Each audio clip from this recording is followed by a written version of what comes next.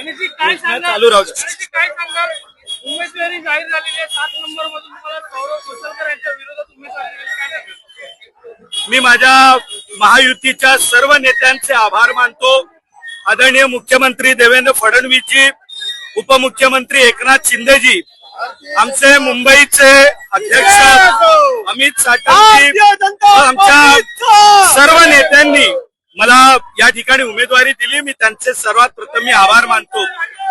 मला याची जाणीव आहे की मी कोणाच्या विरुद्ध इथे लढाई लढतोय, पण मला याची खात्री, आज तुम्ही बघू शकता काय प्रतिसाद मला लोकांचा मिळतोय. मी आयुष्यभर फक्त संघटनेचं काम केलं. पक्षानं सांगितलं नगरसेवक पदाचा राजीनामा देत, मी तो सुद्धा दिला. पण आज पहिल्यांदा मला पक्षानं अधिकृतपणे उमेदवारी दिली आहे आणि उमेदवार म्हणून लोकांच्या समोर जायला मला आज संधी दिली आहे. मी एवढंच सांगेन की माझ्या समोर जे उभे आहेत त्यांना त्यांची घराणेशाही टिकून ठेवायची आहे आणि एक कार्यकर्ता म्हणून मी लढाई लढतोय. माझी लढाई ही कार्यकर्त्याची लढाई आहे आणि हा कार्यकर्ता तुम्ही बघू शकता केवढ्या मोठ्या ताकदीने जोमाने इकडे उतरलेला आहे. आणि गेली अनेक वर्ष ज्या पद्धतीनं घोसाळकर या ठिकाणी अहंकारानं वागलेत आणि आपल्या सोबतचे सहकारी असो, आपल्या पक्षातले नेते असोत, यांना ज्या पद्धतीनं त्यांनी संपवण्याचा प्रयत्न केला, मग त्या आदरणीय मनीषाताई असतील, शीतलताई म्हात्रे असतील, डॉक्टर शुभा राऊळ आपल्या महापौर असतील, यांना ज्या पद्धतीनं त्यांनी अपमानित केलं आणि फार काही सांगायला नको, गावातल्या महिलांच्या बद्दल जे शब्द त्यांनी वापरले होते ते अजूनही लोकांच्या लक्षात आहेत. मी एक छोटा कार्यकर्ता आहे.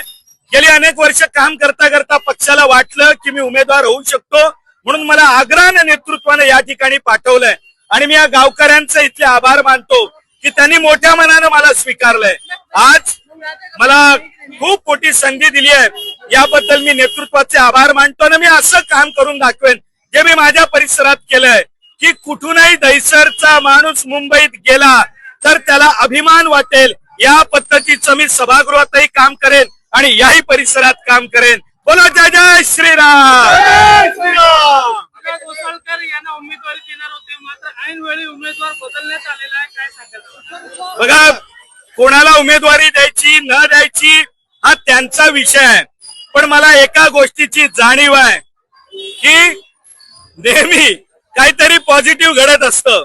आणि मला ज्यावेळी कळलं की त्यांनी आपल्या सुनेची उमेदवारी रद्द करून मुलाला उमेदवारी दिली आहे, मी एवढंच म्हणेन की सहानुभूतीच्या जीवावरती निवडणुका किती दिवस लढणार साहेब? जनतेसाठी निवडणूक लढा. तुम्ही तुमच्या घराणेशाहीला प्रस्थापित करण्यासाठी निवडणूक लढताय. आता जनता जागृत आहे. या समस्त गावकऱ्यांना विकास हवाय. इथे आगरी कोळी भवन कुणी बांधलं? मेट्रो स्थानकाला नाव कुणी दिलं? या गावाचं सीमांकन कुणी केलं? या गावकऱ्यांच्या समस्या सोडवण्यासाठी ही महायुती उभी राहिलेली आहे. ही सहानुभूती कुठपर्यंत करणार? आणि घोसाळकर साहेब, तुम्ही एवढी वर्ष इथे दहिसरमध्ये नेतृत्व करताय, तुम्ही आमदार होतात, तुम्ही काय केलं हे एकदा लोकांच्या समोर सांगा. आणि हा गणेश खडकर, मी सभागृहात काय केलं हे मी लोकांच्या समोर सांगेन. मला वाटतं आज जो उत्साह आहे, ज्या पद्धतीनं गावकऱ्यांनी माझं स्वागत केलंय, माझ्या विजयाबद्दल मला पूर्ण खात्री आहे. गणेश गणकाला बागा